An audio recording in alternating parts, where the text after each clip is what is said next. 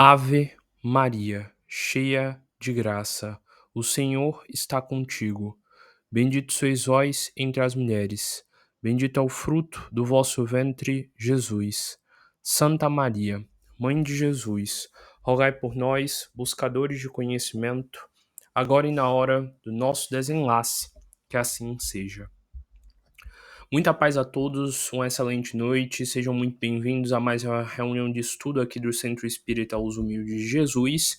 E hoje o tema, como foi pedido lá no grupo, é a ayahuasca e o que essa planta ela pode nos oferecer.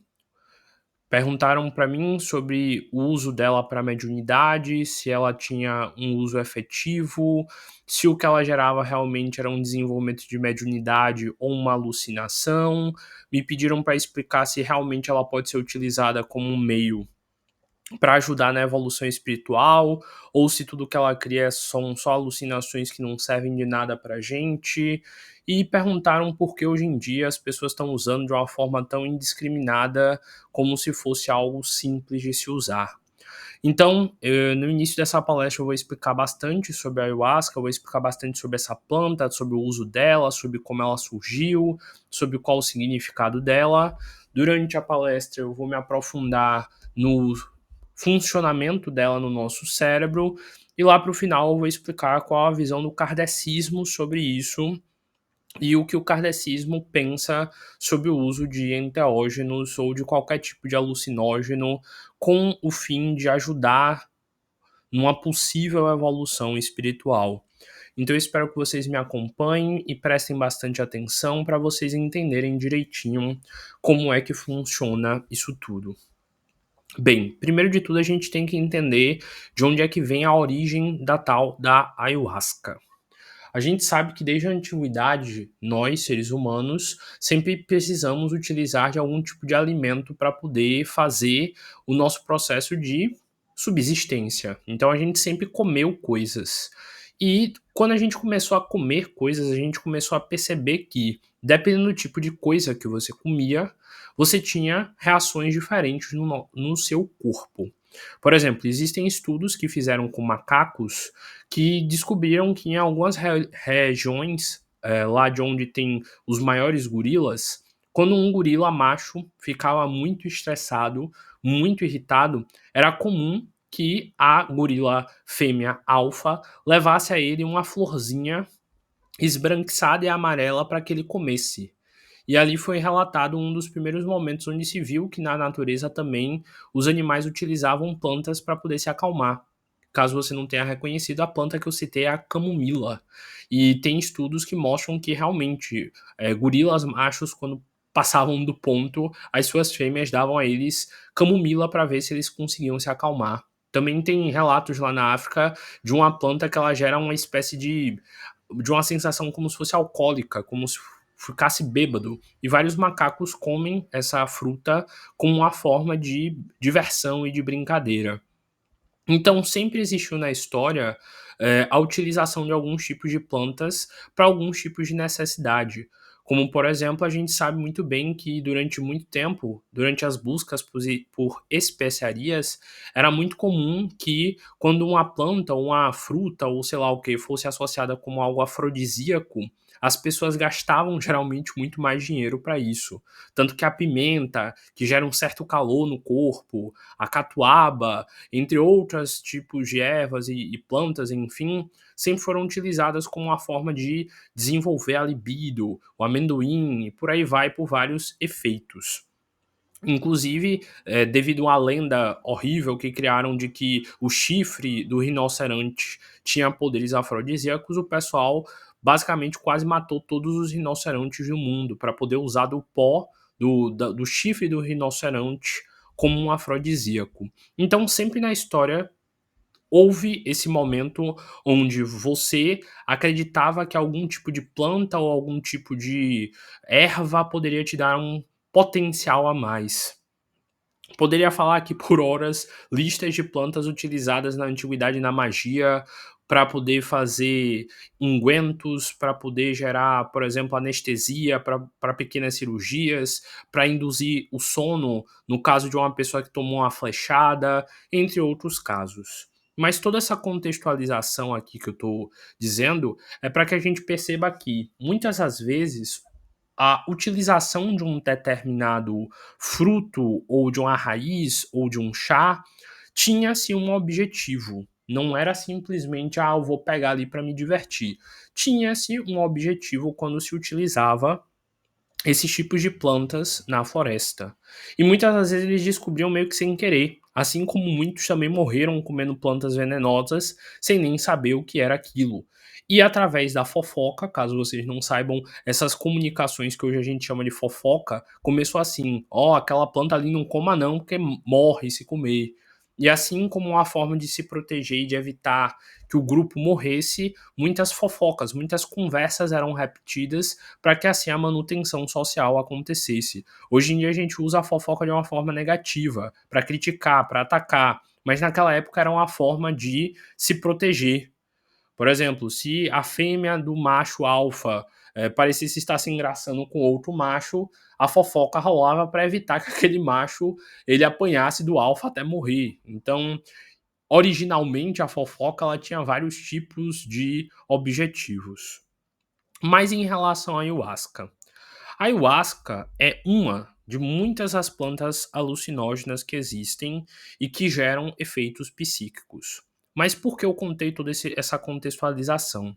Para a gente entender o seguinte: a ayahuasca, ou daime, ou sei lá qual seja o enteógeno que você esteja querendo trabalhar, ele surgiu em meio às populações indígenas com um objetivo em específico. Não era simplesmente sair bebendo de qualquer forma. Geralmente, o uso da ayahuasca ou do daime, ou enfim, era utilizado como uma forma de rito de passagem para a vida adulta. Geralmente, nesses tipos de sociedade que utilizava-se chás alucinógenos, era muito comum que a pessoa fosse preparada mentalmente a vida inteira para o dia que ela ia finalmente tomar o chá. Era muito comum que desde pequenininho fosse falado para essa pessoa sobre essa erva, sobre os poderes dela, sobre o que ela faria, dizendo dos relatos espirituais, do contato espiritual, de que quando essa pessoa usasse aquele chá, ela finalmente veria Tupã, ou então veria o Deus da terra, ou então iria ver os espíritos da natureza. Então, primeiro de tudo, eram pessoas que eram preparadas desde a infância, com conversas, com diálogos, com técnicas, com conselhos dos mais velhos, para que no dia que ele fosse finalmente viver esse rito de passagem, ele estivesse pronto. Cada tipo de sociedade, o rito de passagem era diferente. Por exemplo, lá para a região do Rio de Janeiro tinha a tribo dos Goitacazes. E os Goitacazes eram indígenas que o rito de passagem para a vida adulta era matar no soco um tubarão. Então, se você lá com seus 14, 13 anos, menininho ainda adolescente, juvenil, não tivesse coragem de ir para a beira da praia matar no soco um filhote de tubarão, você não era homem para aquela sociedade. Já em outras sociedades, você tinha de matar uma onça para provar que você era homem. Senão, você não era considerado um adulto funcional. Em outras sociedades, você tinha, por exemplo, de enfiar sua mão nas tocandeiras, que é um tipo de formiga lá, que ela tem uma mordida super dolorosa e venenosa, onde o jovem menino tinha de colocar a mão dentro dessa palha cheia desse tipo de formiga, e ele tinha de ficar segurando aquilo ali por vários minutos com a mão dentro enquanto ele dançava. E nas tribos onde se tinha, sei lá, o daime, a ayahuasca ou enfim, geralmente também era num rito de passagem que você tinha de fazer isso. Por exemplo, eu já vi entrevistas com indígenas de algumas tribos específicas dizendo que antes do rito de passagem, o índio que ia passar por isso, ele tinha de ficar, às vezes, semanas isolado, semanas meditando, orando, semanas comendo apenas frutas, sem ter qualquer tipo de contato com carne, semanas, às vezes, sem ter qualquer tipo de contato sexual. Tinha toda uma preparação, banhos específicos, chás específicos que ele tomava antes de poder tomar o daime. Geralmente o rito de passagem ele começava dias antes e depois de 3, 4 dias de dança, de festa, de bebedeira, de outras coisas, só depois de um determinado tempo aí sim era permitido utilizar o tal chá. E geralmente era um rito de passagem que demorava horas, você tinha de dançar com os outros guerreiros da tribo, esses outros guerreiros passavam conselhos para você, eles falavam frases de poder, eles apontavam em você qualidades positivas, apontavam em você coisas negativas, enfim. Tinha-se toda uma contextualização, toda uma preparação psíquica, todo um processo antes de ser possível ao novato experimentar a tal erva. Por exemplo, vocês sabem qual a diferença de um pajé para um cacique? Dependendo do tipo de tribo e do tipo de indígena, o cacique ele era o líder guerreiro, era o líder em força, em vigor, em luta, era aquele que era o melhor caçador, ou então um líder que todo mundo respeitava. Já o pajé era o líder espiritual. Era alguém que era escolhido pelos deuses e tinha uma percepção espiritual diferente. Então, de novo, tinha uma hierarquia, tinha um contexto, tinha todo um processo. Sem falar que eles também sabiam a quantidade que você podia se tomar, porque um chá como esse é muito forte mesmo. Tanto que quando eu parei para estudar sobre homeopatia, eu aprendi que na homeopatia você geralmente dilui qualquer erva ou qualquer coisa mais de 100 vezes, dependendo do tipo de erva, antes de beber ou antes de ministrar para alguém. Então, assim, é algo muito mais sério do que simplesmente você ir lá, tomar um chá e tá tudo certo, sem nem conversar e sem nem preparar a pessoa antes. Em relação à ayahuasca, a ayahuasca é um cipó, como esse daí da foto, e ayuá, sei lá como é o nome, lá na língua deles significa mortos. E huasca significa ponte. Então, ayahuasca é como se fosse a ponte para os mortos. E eles descobriram que ao utilizar esse cipó, se eu não me engano, misturando com alguns tipos de ervas, ou é só esse cipó cozinhado, eu não sei como é direitinho o processo, acontece que a extração desse chá torna-se um princípio ativo que no cérebro tem algumas funções. Dependendo do tipo de casa que você for ter a experiência de tomar ayahuasca ou daime, eles vão dar para você de uma forma super diluída ou mais concentrada, de acordo com o nível de maturidade e de consciência que o pessoal dessa casa tem. Se for uma casa séria, também vai fazer uma anamnese com você antes. Que é, no caso, perguntar se tem histórico de esquizofrenia na família, se tem alguma doença mental na família, se você pratica exercícios, enfim, vai questionar várias coisas para ver se você realmente está apto a tomar aquilo, se você está de bom humor, se você não está triste, se você não está depressivo, enfim. E tem locais que também vão lidar de qualquer jeito, passou, tomou, você comprou, tomou e ainda lhe dão uma garrafa para você levar para casa. Então percebam aí o quão é perigoso. Eu falei aqui que os indígenas eles passam a vida inteira sendo preparados para tomar uma vez, muitas das vezes só no dia do rito de passagem, a ayahuasca. E hoje em dia o pessoal toma como se fosse brincadeira. Uma vez por semana, uma vez por dia, tem doido para tudo. E geralmente só os guerreiros que já passaram pelo rito, que já tomaram o daime ou ayahuasca, tomam novamente. Só pessoas preparadas, que já se viu ali o resultado, tomam a ayahuasca ou daime. Sem falar que, de acordo com a quantidade que você toma, pode ter várias reações, como vômito sem parar, diarreia sem parar, a ponto de você não conseguir segurar o que tá ali, calafrios, tremedeiras e tudo mais. Se você tomar a quantidade certa, não dá, geralmente, essas reações. Mas se você tomar um pouquinho a mais, babou, você vai ter isso tudo aí. E não tem como mensurar a quantidade. Por exemplo, se você vai no médico, o médico ele vai passar a quantidade de miligramas que você tem que tomar de uma dipirona ou sei lá o quê, de acordo com o seu peso, de acordo com a sua idade, de acordo com o seu cuidado físico, a sua saúde. Já o Daime tem que ser, entre aspas, no olhômetro ou ayahuasca. Tem que ser o copinho meio que olhando ali, ela é magrinha, opa, essa aqui é mais gordinha, opa, essa aqui tem tal idade. E aí, geralmente, quem trabalha nessa casa que tá dando o chá, no olhômetro, decide quando é que você vai tomar e se você tem capacidade ou não. No máximo, ele vai perguntar se é resistente para bebida, para álcool, ou então você é resistente para remédio. Vamos fazer umas perguntas assim para tentar, no chute, descobrir se dá ou não. E aí, o que é que acontece quando você finalmente toma o tal do chá, se você passar por todas essas etapas, e se for uma casa séria que também te avaliar, etc. Ou então, se derem simplesmente você sair bebendo, o que é que acontece quando você bebe o chá? Quando você bebe o chá, primeiro de tudo ele vai para o teu estômago. E o teu estômago lá tem um ácido clorídrico que vai fazer todo o processo de digestão e o estômago eles têm as microvilosidades que vai puxar para sua corrente sanguínea, ou então o intestino.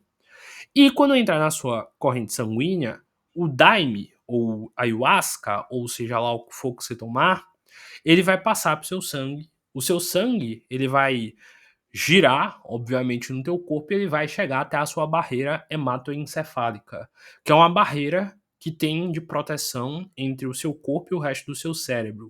E só determinados tipos de neurotransmissores ou um sangue, entre aspas, limpinho, que passa por essa barreira. Tanto que é muito difícil fazer remédios para o lado psicológico, como remédios psiquiátricos, porque tem que ser um remédio forte a ponto de passar essa tal barreira. E aí, o chá, ele vai passar por essa barreira e ele vai entrar no seu cérebro. E o que isso vai gerar? Para quem estava aqui na palestra que eu fiz falando sobre sono, eu expliquei que existe a melatonina e que existe a serotonina. Eu expliquei que a serotonina é aquilo que faz a gente ficar disposto durante o dia, e quando a gente tem uns picos de serotonina, a gente geralmente sente prazer. A dopamina, ela gera a ânsia, o desejo por algo. Por exemplo, você tá com vontade de comer uma pizza, você tá pensando em escolher a pizza, você tá pensando em ligar para pedir a pizza e você tá esperando o motoboy chegar com a pizza. Você está dopaminérgico, é o interesse pelo desejo de comer a pizza. E quando a pizza chega e você morde o pedaço e sente o sabor dela, aquele prazer que você sente é serotonina. É um pico de serotonina te gerando prazer. E a serotonina também ela está associada ao ato de lhe manter acordado. A serotonina é tipo um cafezinho que o seu corpo joga no teu sangue para te manter acordado durante o dia. E quando tá na hora de dormir, o seu corpo ele começa a produzir a melatonina, que vai te colocando num estado de sono até te apagar. Lá na minha palestra sobre sono, eu explico profundamente isso, sobre como ter o melhor sono possível e como regular isso tudinho para você ter o sono perfeito e assim ter uma qualidade de vida muito maior. Mas por que eu dei toda essa introdução aqui? Porque o DMT, que é o nome dado ao princípio ativo que tem na ayahuasca, que faz as pessoas alucinarem e terem aquelas visões e tudo mais, ele atua nessa parte serotoninérgica do cérebro. DMT é a sigla para dimetiltriptoamina. E o que isso significa? Como eu já expliquei para vocês aqui, as famílias das inas é a família que gera geralmente excitação. Por exemplo, cafeína, cocaína, amina. Dependendo do tipo de ligação, a amina pode ser, sei lá, uma proteína ou pode ser algum tipo de coisa que gera excitação, que gera, tipo, energia, que você fica mais acordado, tipo a taurina, guaranina e por aí vai. E o DMT, que é o dimetiltriptoamina, é o que faz você ficar mais acordadão quando a ayahuasca entra no seu cérebro e que faz você entrar em um estado de consciência alterado. Tanto que, por exemplo, se você for num psiquiatra e ele passar o remédio errado pra você, sei lá, ele passar um antidepressivo e você já tá em estado de mania, por exemplo, que é um estado associado geralmente à bipolaridade. Se você tomar o antidepressivo, você pode ter alucinações. Por quê? Porque o seu cérebro ele vai estar com uma carga tão grande de serotonina que ele pode começar a ter alucinação. Então, quando você toma ayahuasca e o DMT entra no seu cérebro, o DMT ele começa a atrapalhar a MAO. MAO é a monoaminaxidase. A monoaminoaxidase é o processo que o seu cérebro faz para decompor, para retirar o excesso de serotonina do seu cérebro. De novo, lembra que eu falei que a serotonina é tipo um cafezinho que mantém o seu corpo acordado e que numa quantidade maiorzinha pode gerar prazer e numa quantidade muito grande pode gerar alucinações? A MAO, que é a monoaminoxidase, é a responsável por controlar a quantidade de serotonina no seu cérebro para que não passe do limite. Então vamos dizer que, por exemplo, você, sei lá, tá em casa e resolveu querer comer a pizza. Você vai sentir uma leve excitação do tipo, pô, velho, eu quero comer uma pizza. Você vai ter um pico de serotonina quando você estiver comendo a pizza e você vai sentir um pico de prazer. Isso também pode acontecer, sei lá, no sexo, pode acontecer em qualquer coisa que te dê prazer. A MAO, ela vai ser a responsável por controlar para que esse pico de desejo seu não seja tão grande a ponto de você ficar doidão, sabe? Sabe quando aquela pessoa ela tá numa festa e ela cheirou uma carreira de cocaína ou ela usou algum tipo de droga e ela fica acordadona, elétrica, pulando, numa agitação, meu Deus, parecendo que ela tá, ó, explodindo. Aquilo ali é porque a droga que ela utilizou impediu a MAO de conseguir controlar o nível de excitação dela. É tipo quando uma pessoa bebe muita cafeína, ela fica elétrica, ela fica batendo o pé, ela fica sacudindo a mão, ela fica respirando rápido, ofegante. É porque ela tomou algum tipo de psicotrópico que acabou deixando ela bem mais acordadona. E o que é que o dimetiltriptofano, ou triptoamina, que é o DMT, que é a ayahuasca, gera no cérebro de uma pessoa? Bora lá. Quando você tá aí normal, me ouvindo, na sua casa, lendo, sei lá, andando, passeando, vivendo a vida, você tem uma certa quantidade de serotonina no seu cérebro que, entre aspas, te mantém preso na realidade, que te mantém acordado e lúcido. Quando uma pessoa ela tem um surto psicótico, por exemplo, ela rompe com a realidade e ela fica, entre aspas, maluca, como diz no popular, dependendo do tipo de, entre aspas, loucura que ela tá, eu tô usando a linguagem popular para poder ficar mais fácil para vocês, ela tá num estado geralmente super serotoninérgico. Tanto que geralmente quando a pessoa fica, entre aspas, maluca, o que acontece? Ela fica agitada, às vezes ela fica agressiva, ela fica gritando, ela fica falando alto, ela não se controla, ela fala absurdos, ela xinga, às vezes ela fica pelada no meio da rua e não tá nem aí. Porque o cérebro dela entrou num estado de descontrole, onde ela já não liga mais para as consequências. Exatamente porque ela tá num pico, dependendo do tipo de, entre aspas, loucura que ela tiver, de serotonina. Então, você tem o seu estado normal de equilíbrio, o seu estado normal de quem você é e da sua personalidade, do seu jeito de ser, que se chama consciente. Por isso que quando o médico pergunta, quando alguém chega no pronto-socorro, ele está consciente? O que é que o médico está perguntando? Ele está acordado? Ele está falando? Ele está interagindo? Ou alguém responde, não, ele está inconsciente. Quando o médico responde que ele está inconsciente, significa o quê? Que ele está dormindo, que ele está desacordado, que ele está em outro plano. Então, quando você está dormindo, você está, entre aspas, inconsciente. Quando a pessoa está em coma, ela está, entre aspas, inconsciente. E o que o DMT, a ayahuasca ou sei lá o que gera no cérebro de uma pessoa? Ele gera, no sentido biológico e neurológico, uma espécie de loucura temporária.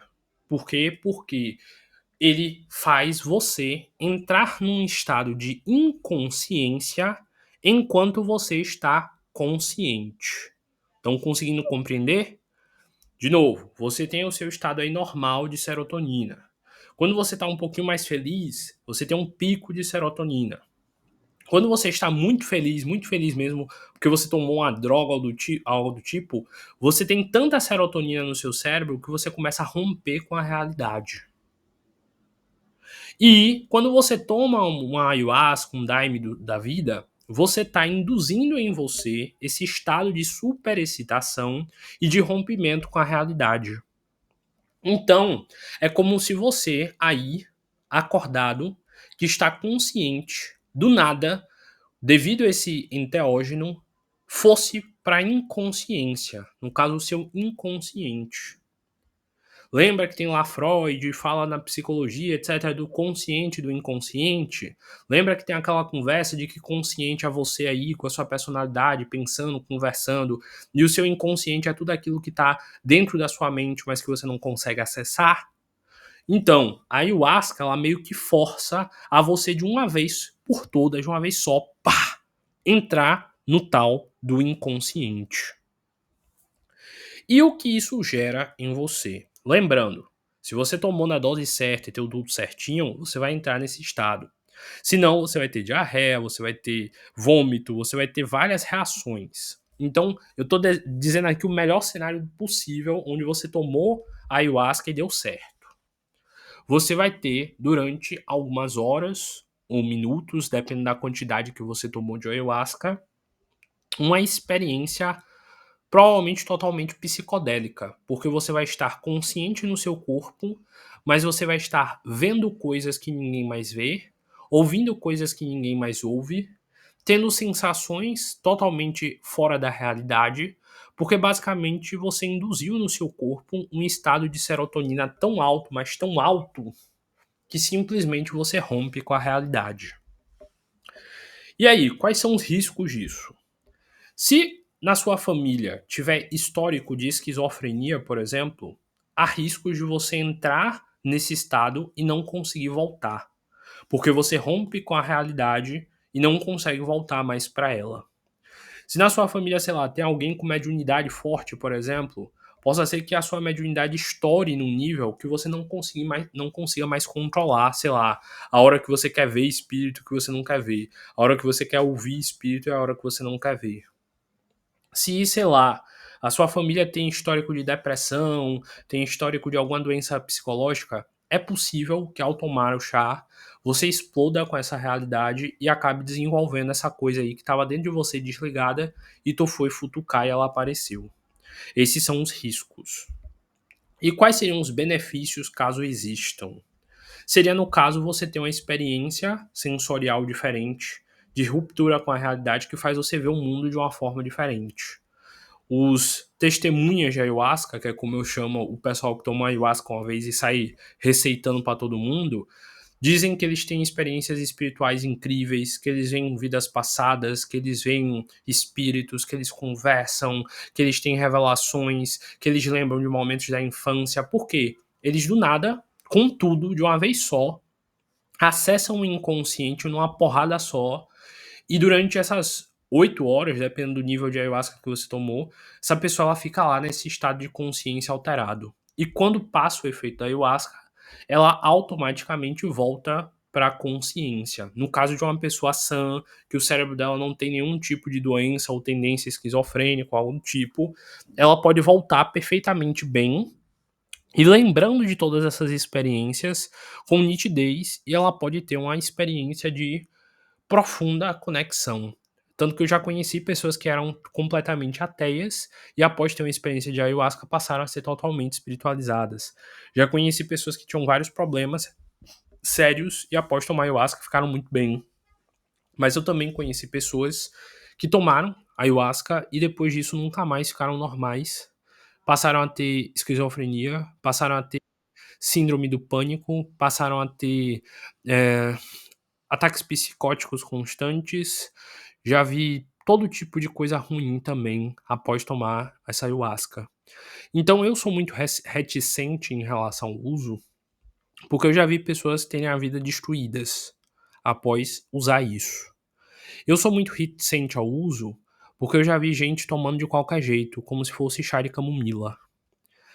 Que nem eu falei aí, geralmente o guerreiro ele toma uma vez na vida, às vezes para o rito de passagem. Tem gente que toma uma vez no mês, uma vez na semana, uma vez por dia. Em ordens sérias de espiritualidade que trabalham e que dizem que a ayahuasca é bom, às vezes você tem que tomar uma vez por ano. Tem gente que toma toda semana. E o que acontece? Essa pessoa ela começa a usar essa planta como uma fuga parcial da realidade. Ela começa a querer ficar mais lá do que cá. Ela começa a querer ficar mais no plano espiritual do que na realidade. E ela tá encarnada aqui por um motivo, né? A gente tá aqui encarnado com um objetivo espiritual, não é de qualquer forma. Então, assim, eu já vi pessoas terem a vida totalmente transformada para o positivo e já vi gente ter a vida totalmente destruída pela mesma planta.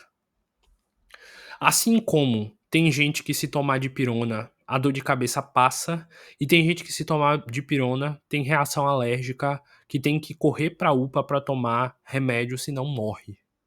Assim como tem gente que é picado por abelha e não tem nada, no máximo uma dorzinha no local que picou, e tem gente que é picado por abelha e a garganta fecha devido à reação alérgica e a pessoa pode morrer se ela não tiver uma injeção de adrenalina a tempo. Então, assim, cada caso é um caso. Eu sou da ideia de que não se deve cutucar onça com vara curta. Pra que você vai se meter com isso se tem tanto risco? Se tem tanta consequência? Se tem tanta coisa assim? E o que é que a visão do kardecismo diz sobre isso e o que as religiões espiritualistas dizem sobre isso? No kardecismo, o processo de desenvolvimento de uma mediunidade às vezes leva anos. Eu já vi médiuns de incorporação incorporarem em questões de semanas e já vi médiuns de incorporação levarem 2, 3 anos para começar a incorporar. Eu já vi médiuns videntes começarem a ver em um dia, e eu já vi médiuns videntes verem em meses. Eu já vi médiuns videntes sendo atormentados por estar vendo espíritos sem parar, e eu já vi médiuns videntes que foram vendo aos poucos e conseguiam controlar quando queriam ver e quando não queriam. Então, numa espiritualidade levada a sério, você vai estudar gradualmente, você vai aprender a gradualmente a desenvolver a sua mediunidade e um dia você chega lá. Porque que nem eu falei, o que é que a ayahuasca faz? Ela te tira do teu consciente e te coloca no teu inconsciente. A mediunidade, de certa forma, faz o mesmo processo. Então, por que não fazer isso de uma forma controlada, constante, ambientada, em vez de simplesmente meter o louco e sair de qualquer jeito? Aqui no canal eu tenho um vídeo explicando sobre como desenvolver a sua mediunidade de forma controlada para cada um dos tipos de mediunidade, a vidência, a audiência, a incorporação, tudo certinho. Aqui no canal tem uma série de 4 palestras só sobre curso de passes, onde eu explico cada um dos chakras, onde eu explico sobre como emanar energia, onde eu explico sobre como cuidar da sua energia e como se limpar energeticamente. Uma mediunidade em centros espíritas sérios e em ordens espirituais sérias, você aprende em graus, você aprende de acordo com o tempo, e é lhe sendo passado esse processo dia a dia, grau a grau, aos poucos. Como é que você quer tomar um chá hoje, sem ver nada, sem sentir nada, sem lidar com mediunidade nenhuma, e no dia seguinte você quer tomar o chá e que tudo isso venha de uma vez só? O tanto que eu já vi de médiums penando, com medo da própria mediunidade, e tem pessoas aí na loucura fazendo de qualquer jeito. Então, tomem muito cuidado. Nem tudo que reluz é ouro. Eu tenho um compromisso aqui de ensinar o correto, de explicar. Como eu falei, vai ter um monte de testemunha de ayahuasca aí que vai dizer que é a coisa melhor do mundo, a coisa mais incrível. Mas aqui eu expliquei para vocês historicamente o contexto, eu expliquei o que ela faz no cérebro, eu expliquei passo a passo das consequências, expliquei tudo que a ciência diz e expliquei do quanto riscos tem. Por exemplo, não sei se vocês sabem, mas o nosso cérebro ele pode produzir sozinho o DMT através de respirações como o pranayama. Tem religiões que ensinam estilos de meditação que você pode produzir esse DMT sozinho no seu próprio cérebro. E assim desenvolver sua mediunidade de forma gradual. Por que eu vou tomar um remédio de fora do meu corpo, que é a ayahuasca, para me induzir a um estado que eu ainda não tenho maturidade nenhuma para controlar. Se eu sou aquela pessoa que vou na cozinha de noite e se eu vejo um vulto eu fico morrendo de medo, pra que eu vou me meter a tomar um chá que pode me fazer ver espírito o tempo inteiro sem parar? Se eu sou a pessoa que tem medo de obsessor, se eu sou a pessoa que tem medo de espírito, que fica assustada quando vê um filme de terror, pra que eu vou inventar de tomar um chá que pode me fazer ver com extrema nitidez o tempo todo? Sem falar que, como eu falei, a ayahuasca ela te induz, ela te força, ela te joga num estado de consciência alterado durante aquelas horas. Tem gente que tem a good vibes, que seria a boa viagem, e tem gente que tem a bad trip. A good trip e a bad trip. A bad trip é quando você passa as 8 horas que a ayahuasca tá lá no seu corpo, ou dependendo da proporção, mais ou menos horas, só tendo coisa ruim. Eu também já conheci uma pessoa que ela tomou ayahuasca por meses e ela só tinha viagens boas, ela via espíritos de luz, ela conversava com o guia, com o mentor, vinha respostas do que ela fazia para a vida dela e era uma maravilha. Toda vez que ela ia, ela me contava histórias assim que eu ficava, nossa, que incrível. E aí um dia ela foi e tomou o chá. Ela não estava muito bem da cabeça, não estava muito feliz. Tinha tido umas brigas em casa, mas ela pensou: não, eu vou lá tomar o chá, tá tudo certo. O chá vai me recuperar e eu vou ficar boa de novo. Ela teve uma bad trip, ela ficou lá por umas 8 horas, só tendo evidência de coisas horríveis. Ela gritava, chorava, implorava pra poder voltar e não conseguia, afinal ela tava sob efeito do chá. Ela viu coisas horríveis que, se eu citar aqui, provavelmente esse vídeo sairia do YouTube. Ela vivenciou traumas e coisas horríveis da vida dela que ninguém gostaria de lembrar. E ela ficou totalmente traumatizada a ponto dela ter que ficar fazendo acompanhamento psicoterápico e remédio durante um bom tempo até ela voltar a ficar boa. E olha que ela já tomava por meses e nunca tinha tido nada. Então, assim, pode parecer que eu tô sendo terrorista, que eu tô botando medo, que eu tô falando, ah, meu Deus. Mas não, eu só tô deixando vocês cientes. Como eu falei aqui, também tem coisa muito boa. Tem gente que tem histórias aí a rodo dizendo de maravilhas feitas por esse chá. Mas poucas pessoas falam esse lado aqui que eu também estou explicando. Por isso que eu vim fazer esse trabalho aqui de explicar para vocês. Olha, tem muitos riscos, sim. E, como eu falei, pode ser sim que seja tudo efeito do chá em si no cérebro da pessoa, ou pode ser realmente uma experiência espiritual. A gente também não tem como saber.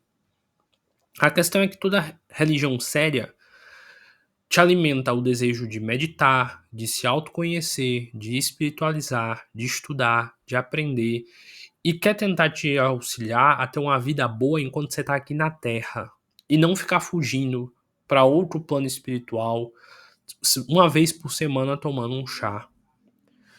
Eu já conheci pessoas que bate o pé na quina da parede e ia tomar o chá para poder ter uma revelação. Pessoas que começaram a utilizar a ayahuasca, assim como tem pessoas que usam a maconha, como uma fuga total da realidade. Ah, tô estressado, vou usar a planta. E isso é extremamente perigoso, porque a pessoa começa a fugir da realidade através disso. Então, assim, qual a visão do kardecismo sobre a ayahuasca e sobre qualquer outro psicotrópico? É de que a gente não deveria usar. O que eu sempre li no kardecismo e nas religiões sérias é que o seu processo de despertar espiritual e despertar mediúnico tem que ser natural. Tem que ser você trabalhando, fazendo por merecer e conquistando. Tem que ser você meditando, abrindo chakra, fechando chakra. Você meditando, sentindo as energias e aprendendo aos poucos a controlar o seu poder. Vocês com certeza aí já assistiram aquele filme X-Men, já assistiram um desenho X-Men. Vocês lembram lá de como era horrível para os mutantes que não controlavam o poder, o que acontecia com eles? Pensa a mesma coisa aí, dizendo pro lado da sua mediunidade. Quando os mutantes eles tinham controle sobre o poder deles, era maravilhoso. Ó, agora eu vou soltar o raio, soltava o raio. Maravilha. Mas e quando ele soltava um raio sem nem conseguir controlar, sem saber lidar e tudo mais? Então, assim, tudo tem dois lados. A mesma faca que é utilizada para fazer uma janta maravilhosa pode ser a faca que mata alguém. E a gente tem que ter consciência antes de sair usando sem estudar, sem perceber e sem aprender sobre o tema. Como o tempo não me permite, eu vou parar por aqui hoje, mas lembrem-se, aqui no canal, como tem aqui nessa foto, tem curso de passes, onde eu explico sobre cada um dos chakras e como usar eles para desenvolver mediunidade. E no canal tem vários vídeos falando sobre cada tipo de mediunidade, sobre o que o kardecismo fala, sobre como desenvolver cada uma delas, sobre como controlar a mediunidade. E eu posso afirmar a vocês, se vocês se dedicarem verdadeiramente ao estudo e ao controle da sua mediunidade sozinho, você é capaz de ver, de vivenciar e de experimentar tudo o que a ayahuasca pode te oferecer e te dar. A questão é, se você ficar tentando forçar as coisas para acontecer mais rápido, provavelmente problemas virão. Lembrem-se, estreita é a porta da salvação, larga é a da perdição. Não adianta ficar pegando atalho na vida. Às vezes é o caminho longo que vai te ensinar o que você realmente precisa. Parem de ficar tentando acelerar as coisas. O que eu mais conheço hoje em dia são jovens tomando ayahuasca, tomando daime, tomando e fazendo um monte de besteira por querer acelerar um processo que é um processo de uma vida inteira. Então, muito cuidado mesmo. Para a vaidade e para o orgulho não fazer vocês quererem acelerar um processo que só vai trazer problemas para vocês. Sempre que vocês pesquisarem sobre ayahuasca, daime, parem para ler os comentários. Tem comentários maravilhosos dizendo: nossa, minha vida foi transformada. Mas sempre tem um comentário de uma mãe, de um filho dizendo: ó, meu filho cometeu, vocês sabem o que, após tomar o chá. Meu filho ficou depressivo depois de tomar o chá. Eu conheço uma pessoa que era super bem e hoje em dia vive nas ruas depois de tomar isso. Então, se tem dois lados, se tem dois motivos, averigue. De resto, eu aconselho a vocês procurarem os vídeos do professor Antônio Carreiro, tem vários no YouTube. Ele é inclusive aqui de Salvador e ele é um dos maiores especialistas sobre o uso de DMT, de Daime, de ayahuasca, enfim. E tem vários podcasts, inclusive, que ele conta toda a história da erva. E ele explica tanto os benefícios e coisas incríveis que já aconteceu, como também casos super perigosos e tudo mais. E ele faz um trabalho muito sério, ele é pesquisador, se eu não me engano, ele já foi professor na UFBA, ele tem doutorado, tem mestrado, é um homem muito inteligente. E ele fala, realmente, para quem não tem problema nenhum, é uma maravilha você tomar. Mas para quem tem algum tipo de transtorno ou tendência psíquica, vai te dar muita dor de cabeça, sim. Não é essa maravilha toda.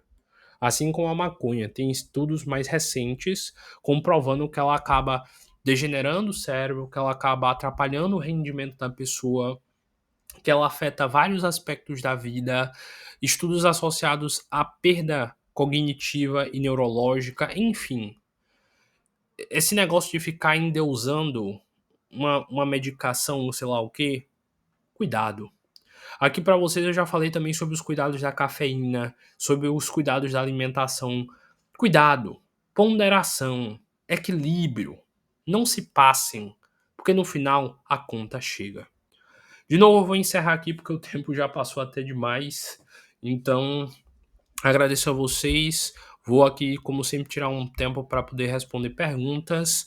E um abraço e até a próxima. Que o sucesso seja a única possibilidade.